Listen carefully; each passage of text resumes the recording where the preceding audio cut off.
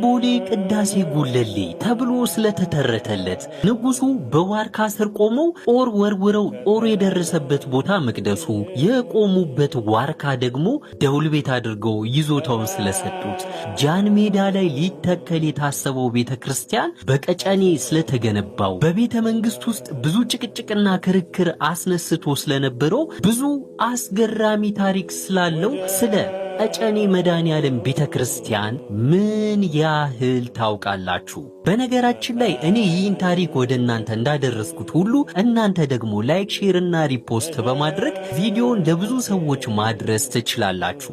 በየዕለቱ እንደዚህ ያሉ የቤተክርስቲያን ምስረታ ታሪኮችንም ለማግኘት ይህን ገጽ ፎሎ ማድረግ እንዳይረሳ።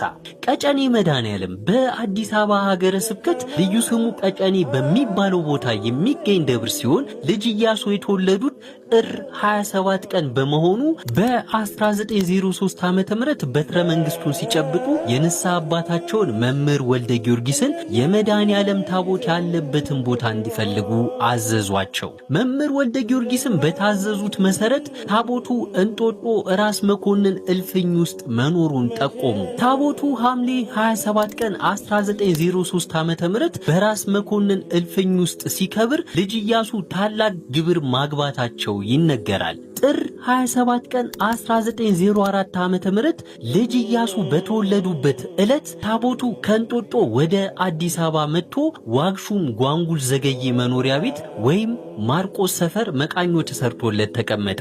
ልጅ ኢያሱ ወደ ገሚራ ከመዝመታቸው በፊት ግንቦት 1904 ዓመተ ምህረት መምህር ወልደ ጊዮርጊስን የቤተክርስቲያኑ አለቃ አድርገው ሾሙ። አዲሱ ህንጻ ቤተክርስቲያን የሚሰራበትንም ቦታ መምረጥ ለመንበረ መንግስት ቅዱስ ገብርኤል ገዳም ካህናት ተሰጠ።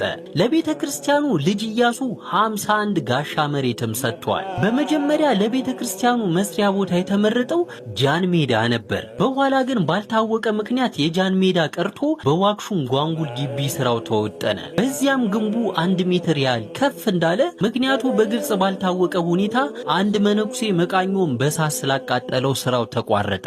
በዚህ ቃጠሎ ታቦቱ ተርፏል። ከዚህ ቃጠሎ በኋላ ታቦቱ ወደ አዛዥ መሸሻ ግቢ እንዲገባ ተደረገ።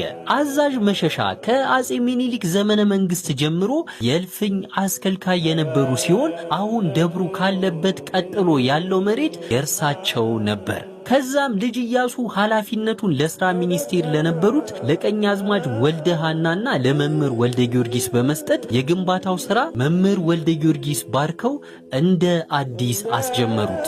አንዳንድ ታሪኮች አሁን ደብሩ ያለበት ቦታ የተመረጠበት ምክንያት